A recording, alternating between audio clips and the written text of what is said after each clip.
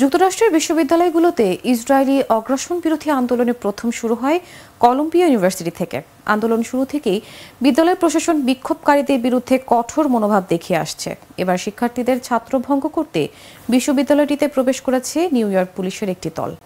বার্তা সংস্থা এএফপির প্রতিবেদন থেকে জানা গেছে, বিক্ষোভকারীরা একটি হল দখল করার প্রায় 24 ঘন্টা পর আরও কঠোর পদক্ষেপ নেয় কলম্বিয়া বিশ্ববিদ্যালয় কর্তৃপক্ষ।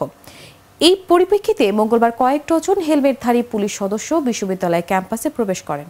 পুলিশের একটি ভবনের দ্বিতীয় তলার জানালা দিয়ে মইয়ের মাধ্যমে হ্যামিল্টন হলে প্রবেশ করে। পরে তারা বেশ কয়েকজন শিক্ষার্থীকে আটক করে।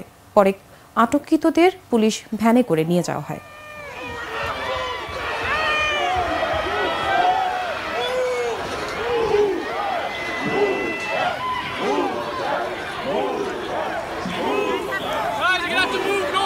Move north. Police Department.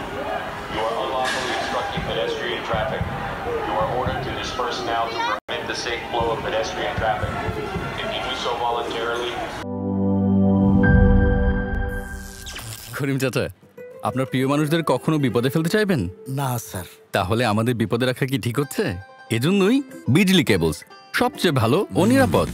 Flame retardant PVC দিয়ে তৈরি বিজলি কেবলস, নিরাপদ আজীবন।